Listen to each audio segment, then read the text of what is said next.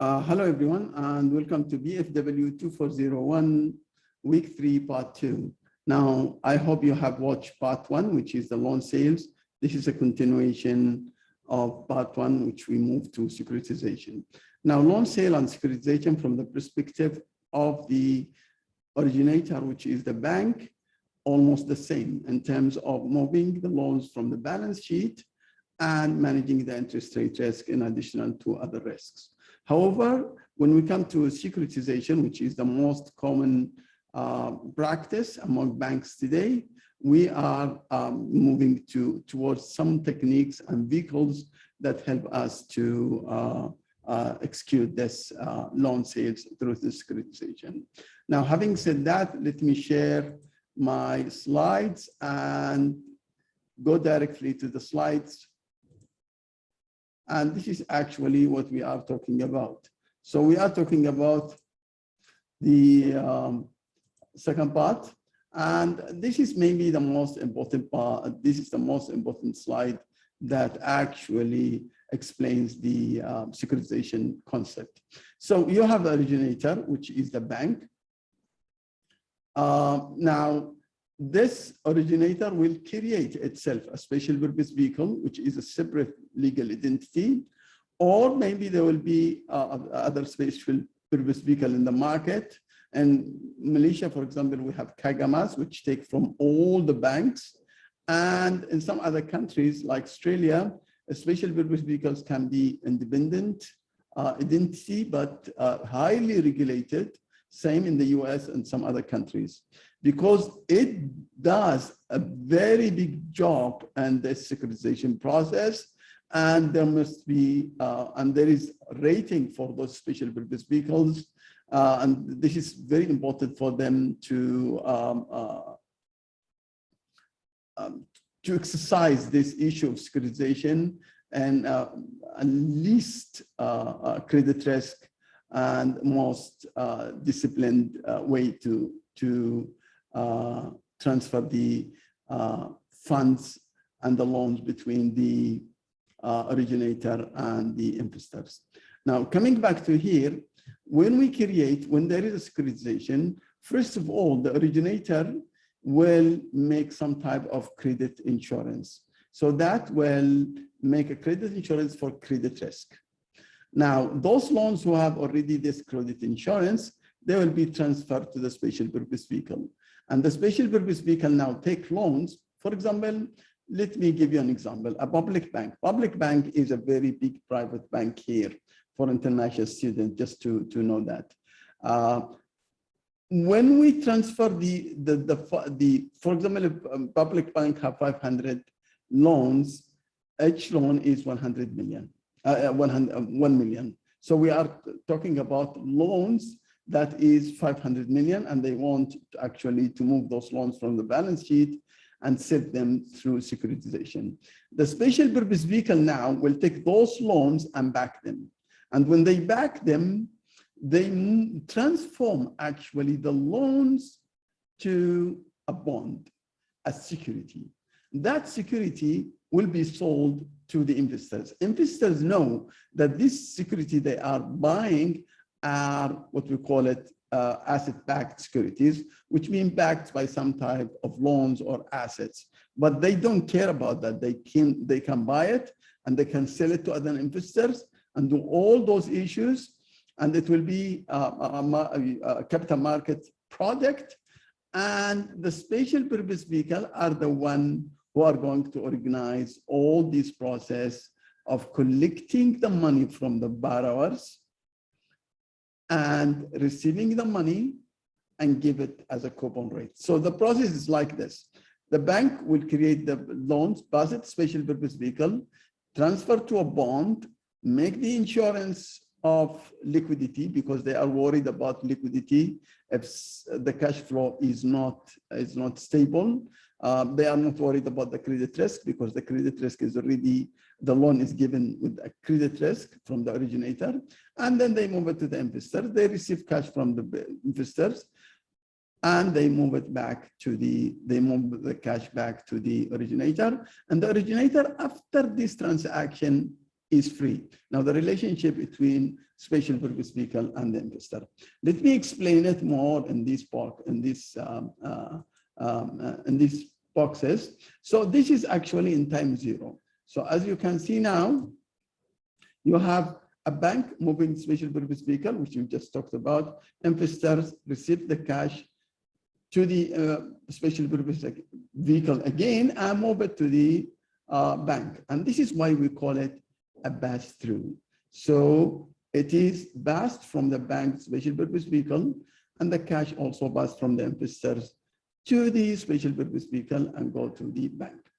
Now, what would happen later on? So if this public bank, as you said, have 500 borrowers, so borrower 1, borrower 2, until borrower 500, and the loan is, say, 30 years, and they have to pay it monthly. So we have 360 periods, 30 years times 12.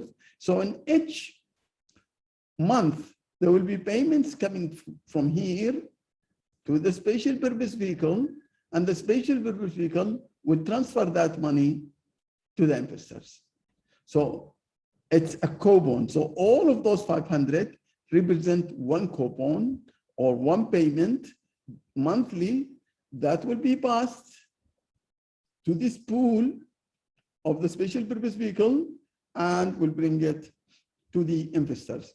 And this will continue for the next 360 months. So this is what's happening. Now, based on this concept, we have 3 vehicles or 3 techniques. One of them called the pass-through, which I just explained it a little bit. But the second one we call the CMO, which is collateralized mortgage applications. This is similar to the CDOs we have during the financial crisis. However, the CMOs is based on liquidity preferences. The CDOs during the financial crisis was based on credit risk preferences. Now, and we have the third one, which we called mortgage-backed bonds, and we will talk about 3 of them. We will start with the whole concept of pass-through. So take an example. If you have a bank has 100 new fixed-rate residential mortgages, and every mortgage is 300,000. So the pool is actually 30 million, which is, given, just multiply the 100 times the 300,000. Now, if the pool is, if this pays 8% with an average maturity of 30 years, there is, if you are going to issue these loans, the bank will increase its assets, and therefore they have to increase their capital. How much they will increase their capital?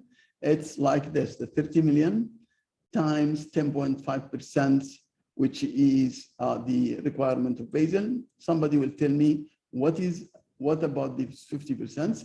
According to Basel requirements, mortgages are only weighted for 50%. And we will talk about this in details when we come to Basel III discussion. Now take it as given.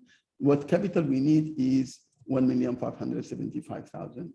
Now, also, if we assume that the central bank receives 5% of each dollar of deposits, which means you need for this 30 million, if you raise it from outside, you need 1.5 million, which is a reserve. Now, the total fund requires actually is you need 30 million plus 1.5, which is the reserve, minus what you have going to contribute from the shareholders' money or from the equities, which is the capital contribution, which is the 10.5%. So actually what you need to raise is 29,925,000. Doing this is a big hassle. Why? Because now if the bank, gave all those loans, they will be subject for liquidity problem. They will be illiquid. This is one thing. The other thing, when they give more loans, they are consuming their customer. They are consuming all the resources of liquidity. They are collecting this from the market or collecting it from depositors. If they need liquidity in the future, they may not get it. So actually they are under a liquidity problem because they are giving all those loans. And if they want to take more deposits, they may not get it as they wish. And this is actually create a liquidity. Of course, when you increase your assets now with those very short time liabilities like saving, retail deposits, whatever, you're giving a housing loan of 30 years and receiving very short deposits, the duration gap and the repricing gap will increase. So that will, expose you to very large positive duration gap. If the interest rate is going down, this is a problem. If the interest rate is going up, it may be a good thing.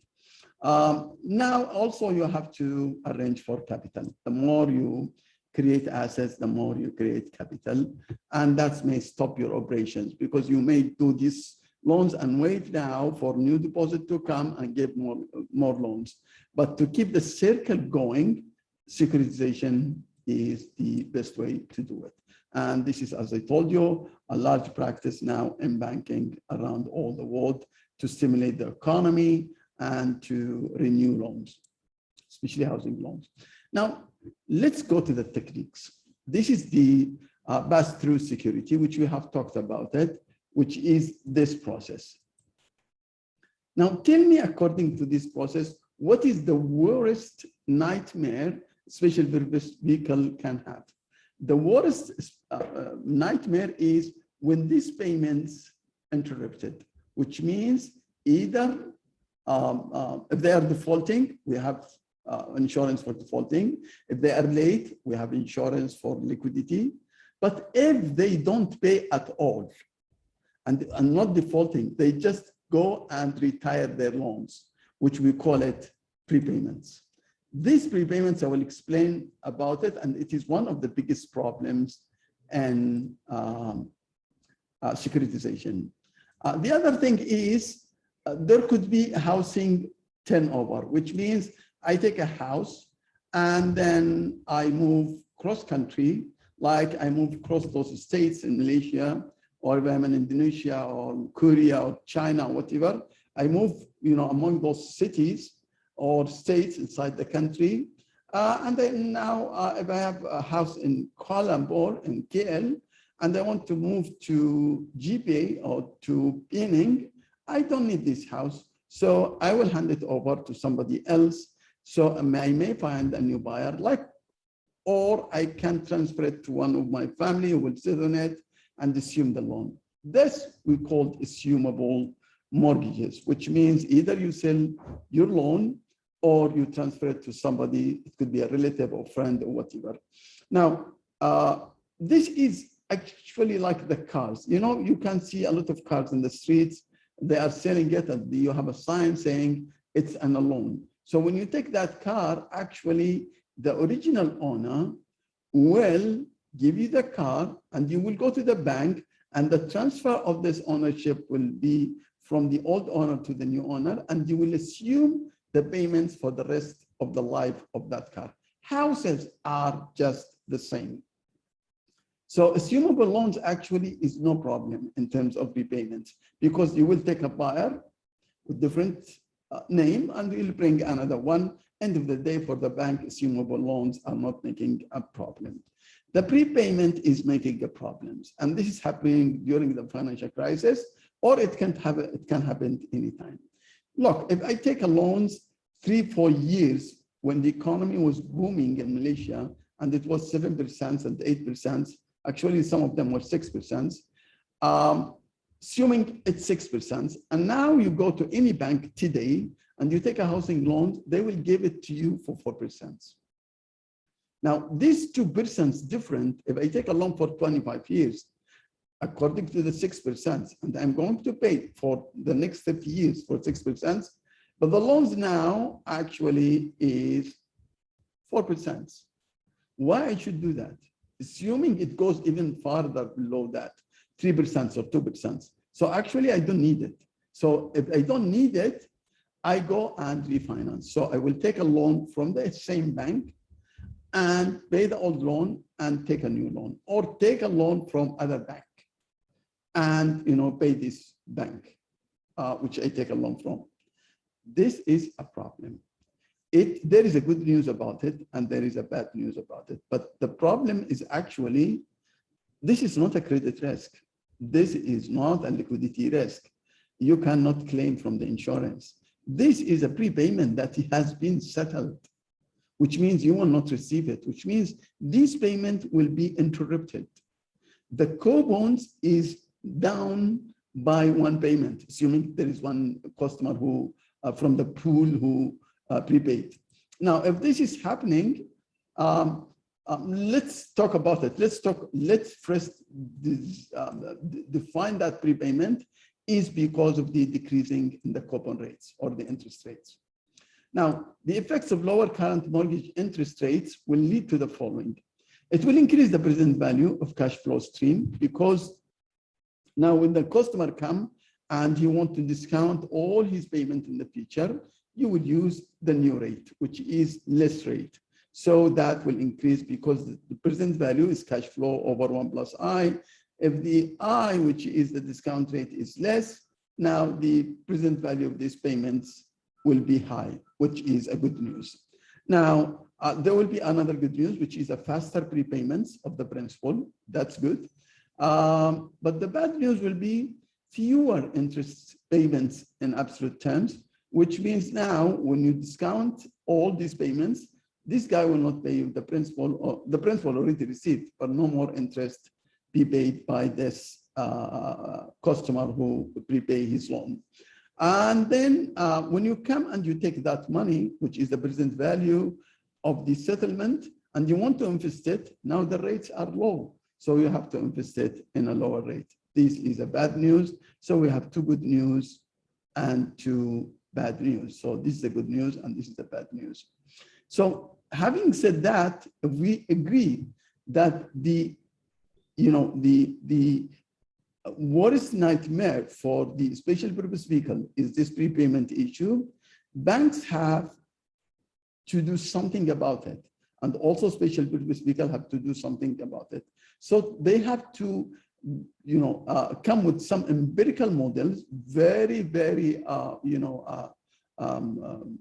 trusted work to predict, and very scientific work to predict and to forecast the prepayment functions. And also the rates, how much rates I should give to the bondholders. And it has to be based on the rates that I'm going to receive because of this interruptions. And also I have to know how much of those prepayment, how much of those loans I should take them to securitization. For example, if I know from my modeling that the prepayments will be 10%.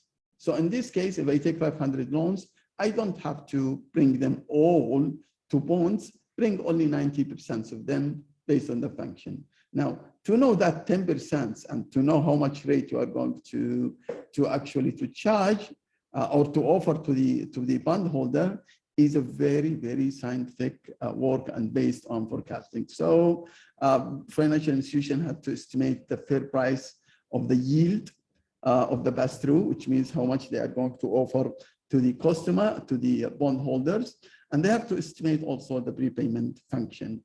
And to do that, so the conditional prepayment rates are modeled, as a function of important economic variables. For example, you will take into consideration the economic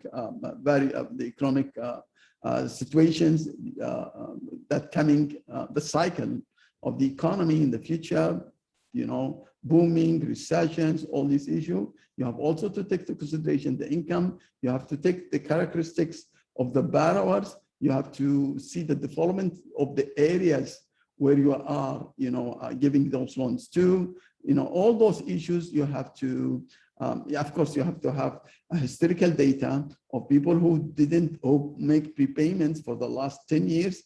If you have this data, and you start to see what are actually the common characteristics that makes people prepayments. Maybe the changes of the rates, maybe the income, maybe the recessions, and the cycle of the economy. So many factors will involve, and this will be revealed by your data, and it needs a lot of analysis. Now, a lot of work here, like time series analysis, like forecasting, like regressions, all of those types. I'm talking to these people who are maybe in stat 6, they understand what I'm talking about. But if you are not, it's for the whole cohort. This is just the statistical models, and you will find always, technicals to do that for you. And of course, programs and softwares and all those issues to help you doing this. It's not a big deal. You can learn it and do it, or give it to expert people who can do this work. Now, this actually based on the frequency. So when you have all this frequency in the past, you can actually build a normal distribution or a distributions, and from that distributions you can actually predict the prepayment function, and also the suitable rate to be given to the pass-through and to be discussed with the bondholders. This is all the most important things. So now actually the following, this is just to explain to you what is the housing turnover. So I talked about decision to move the houses. You can even sell it. We call it assumable loans, assumable mortgages. They can be because you sell it to someone or you transfer it to someone. You can read here. Now let me come to here to the calculation, which is the pass-through securities. Now, in Australia, most mortgages are fully amortized. Now, when we say amortized, means there is no prepayments. You will find the table from the beginning until the end is amortized, and therefore we can easily, build amortization table if we assume that the mortgages are not going to be prepaid. Now, the way to do that, we want to calculate the payment, and we have to agree on the rate. So we have the rate. So this is just an annuity. Just an annuity to build this amortization table for this issue of securitization. And we need to use this formula. We know the size of the pool. We don't know the payment, and based on the rate, we can calculate the payments. Now, just to make it like here, this is assuming that you have a pool of 100 million that matures in 30 years. This is loans. Maybe they are 100 loans of 1 million, so it's 100 million. We call it a pool, which is the value of all the loans inside that pool. And they mature, all of them mature in 30 years. And I want to talk about something here, and I think I have talked about it, which is the homogeneity. So the loans have to be homogeneous. So if you look at those loans, most of them are housing loans, 1 million. So the payments are the same. The nature and the risk are the same, which is housing loans. The maturity is the same, and the rate is the same. So actually, this is a perfect setting for a bond, because you can back them all you have to do is to make the size of the pool becomes a bond. That's as easy as it is.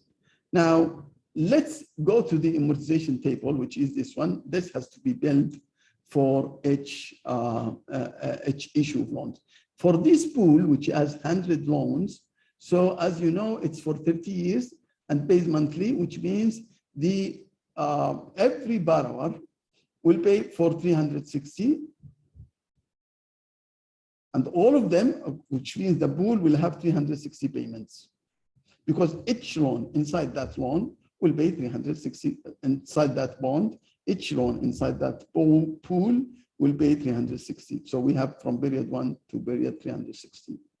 Now, this is the pool, which is column 1, the payments, the pool.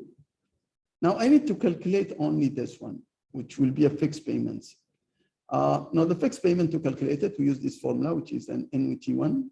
So we have the pool, and then we have this 12% over 12 months. So M is actually stands for the number of periods during the year. I stands for the rate. And payment stands for the payments, and pool stands for the percent value of the pool, which is 100 million. You divide all of those and use this formula, and you find the payment to be 1,028,610, which is this one actually. This one, so this will be payments for the next 360 days, assuming this mortgage is fully amortized, which means there is no prepayments. Okay, now we want to calculate, if we know this, now we can calculate this payment is actually part of it is interest and part of it is principal. How much is the interest? We use this formula. Interest coupon is 100 million monthly payments, because it's 12 million during the year.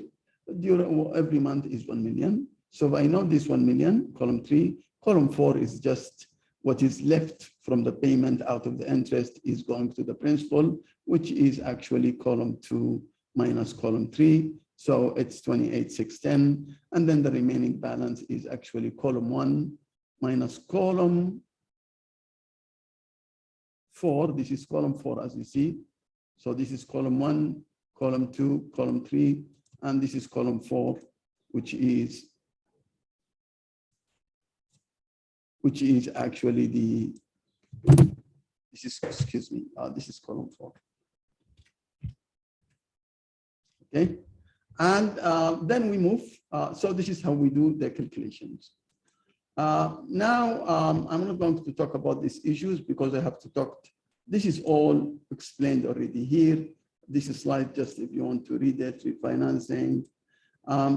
This is some interesting thing, and this is actually reflecting the prepayment behavior, prepayment function, and prepayment behavior. So if you have Y, which is, or lambda, which is the current mortgage rate, and R is the original mortgage rate. When you are going to prepay, you are going to prepay if the current rate is less than the original rate, which means if the current rate is less than the original rate, which means R is higher than Y, so this area is minus, and this area, the original rate is actually lower than the current rate, which means the minus of those two is plus. So here, there will be too much prepayments by the people, mortgages, because the payments now, assuming this is 8, this is 4, so it's minus 4. So it's, if this is 8, 4, and the original payments is 8, and then the current, the original is mortgage is 8, and the current is 4. So this is minus, and you can see this is very easy to explain. It's just the prepayments is happening when the current rate is less than the original rate. Let me go here. We talked already about good news and bad news of the prepayment.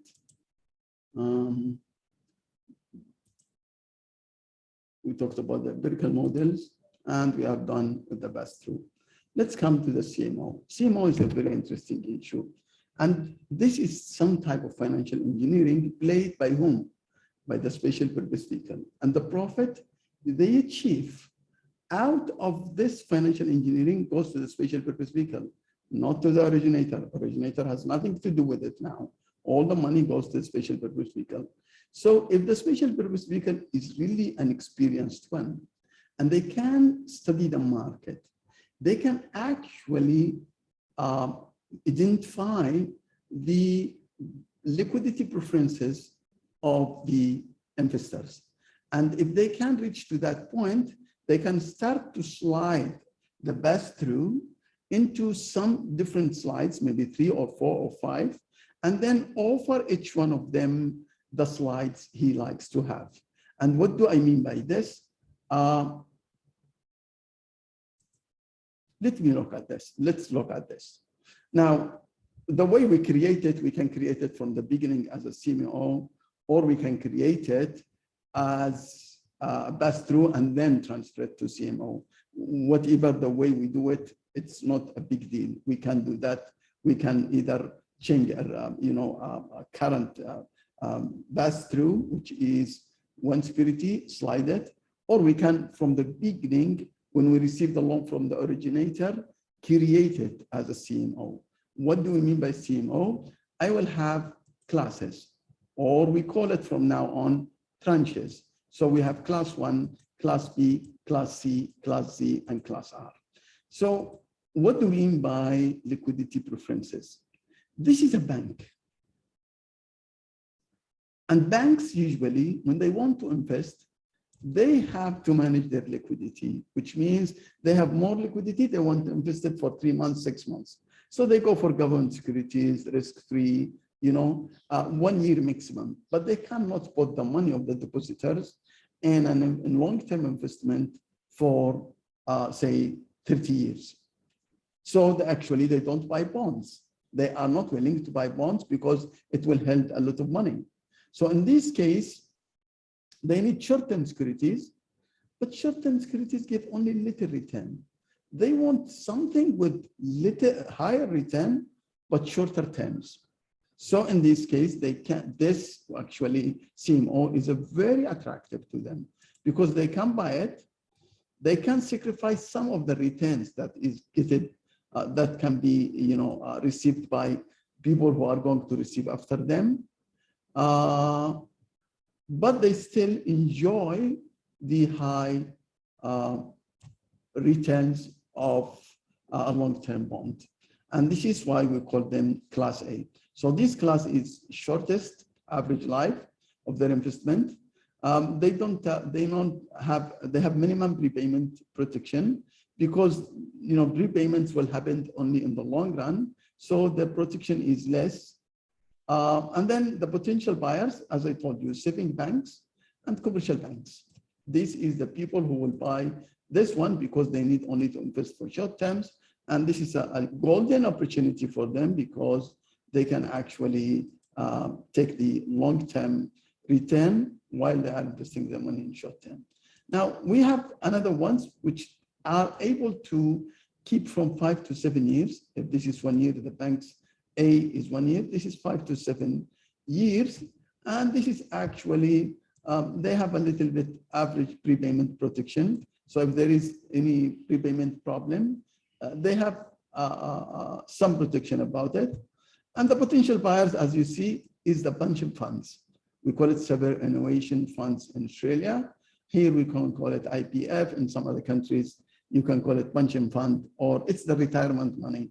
Those people are actually will pay us if I retire later on, or if you work, you are just like 20, 21 years. If you work by 22, 23, your retirements will be in the 60. So they can take your money and invest it until you become 60 years old. So this is insurance company actually, and pension funds.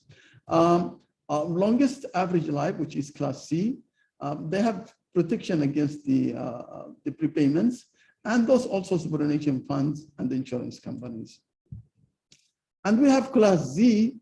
Now, class Z is accrual class, which means, what do you mean by accrual class?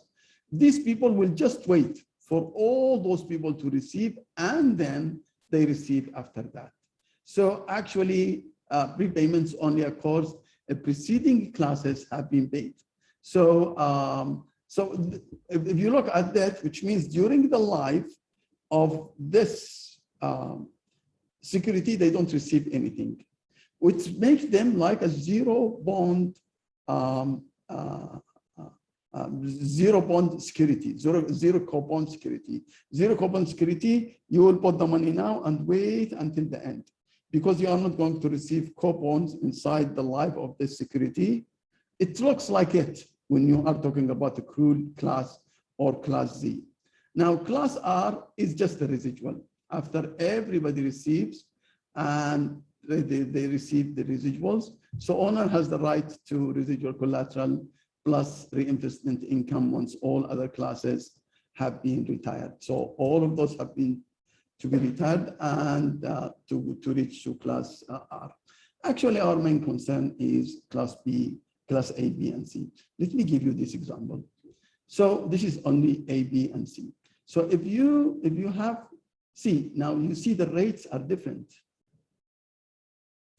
This is class A. He invested 50 million and he wanted to short term. Okay, but I will not give you the rate that is going to receive for the tranche that will receive later on. I will give him 9% because he's going to be patient and he's willing to be patient, not really patient because his investment maturity is higher than yours. So this one is also in the middle, 8%, maybe superannuation funds. This one is a bank. So if we receive 2,500,000, now out of these 2,500,000, you have 1 million payments, you have interest of 1 million, and you have 1,500,000 payments and prepayments. This also, the CMO, just for your information, helps us in dealing with the prepayment problem. So all these prepayments, instead of keeping it there, we give it to, according to the CMO, we give it to the tranche that is ready to receive by that time. So in this case, tranche A is the one who's going to receive. Now, the settings of the CMO is all the tranches A, B, and C, okay, will receive the interest. But the part of the principal will be going only for the tranche that is going to be retired, or the tranche is in the top. Now we have tranche A, who is going to receive all the payments and prepayments plus interest. So if you divided the 2,500,000, 1,500,000 will go to tranche A because he will receive his interest, which is here, 50 million, 7% over 12 months. This is a monthly payment. So he will receive an interest of 291. If you look at tranche B and tranche C, they will receive this money and this money, the same, which is the interest, no problem. But the principal and this 1,500,000 completely, 100% will go to tranche A. Now, when this is happening, tranche A will retire very fast. And assume it's retired now in case 2. Now, in case 2, assuming tranche A already retired, and we have only tranche B and C, and we receive 1,002,0333 payment, in which 7.8 is the interest and prepayment is 500. I know this prepayment will go, I will divide this as interest between the two tranches, but the prepayment will go now to tranche B. So in this case, tranche B will receive 500,000 plus his coupon, which is this amount, and tranche C will receive only the interest. Now this will continue until tranche B retire, and then all the payments will go to tranche C. This is how it works. Now, I will come to this, but as you can see now, if you compare between the MPS, the normal pass-through security, which is MPS, mortgage-backed security, and CMO, you will find that the CMO price is higher. And I will explain this in a while. Look at this example. So how CMO achieves profit? As I told you, special purpose vehicles are smart and they make difference. So if they have 200 million pass-through, just a normal pass-through for 8.5, they will give monthly 70 million, which is 200 million times 8, or yearly annual payments, 0.85, 17 million. Now look at tranche A, to the CMO. If we have 3 tranches, tranche A, 6%, tranche B, I would decrease it from the 8.5 because he's going to go fast. This guy, because he's going to wait, I will even increase it over the CMO, over the pass-through. Instead of giving him 8.5, I'll give him 9. This, because he's going to wait for even longer time and able to wait for longer time, I'll give him 9.5. And if you calculate the payments of this, because the tranches now, this is 200 million, right? 50, 100, 50. This is how you cut the 200 million. When you cut the 200 million, you cut them to 3 slides. One slide is 50, tranche A. One slide is tranche A and give him 6%. 100 million, tranche B, which you give him 9%. And tranche C, 50 million, it's 9.5. If you look at 16,750, they used to pay 70 million. So there is actually a difference of 250,000. This, what you call financial engineering, that has been imposed and created by the special purpose vehicle, innovated by the special purpose vehicle, have benefited them to receive 250,000. So let me go now to the why the price is high. Look, when we look at the present value or the price of time 0 is the price of time 1 minus the return. Let's apply it to this issue. So the price in time 1, which is 200 million for both of them, this is the maturity. Now, if you take it from the interest, so you will pay him 200 million, for example, and then you will sell it now for the return is 16,750. So you decrease this. So as you can see, if you are talking about CMO, you are talking about 183,250. If you just take this example, you decrease this from the 200 million and you decrease this from the 200 million, you will find actually the price of the CMO is higher because the price of the CMO 183,250 and the price of the pass-through is 183 million. This is when we say the price is higher, which means when you sell it, it's higher. Okay, let me go now to the last one, which is the MBP. MBP is a mortgage-backed security. The story is simple of the market, the mortgage-backed securities.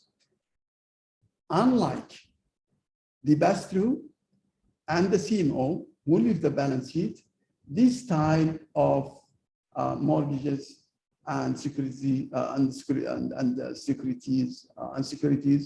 don't leave the balance sheet, which means the bond is still there in the balance, the loan is still there as an asset. You just create a new liability. I'm talking to accounting people, a new liability called bonds, and then receipts, which means you issue bonds, it becomes a liability, and you receive cash for that bonds. And in this case, the loans stay inside. You just bring bonds, you issue bonds, and you collect the money of those bonds. So your assets and liabilities will increase. And of course, the balance sheet of this bank will be inflated. And the size will be, of the balance sheet will be increased by this issue of securities. And of course, on the liability side and the cash and the asset side. Now,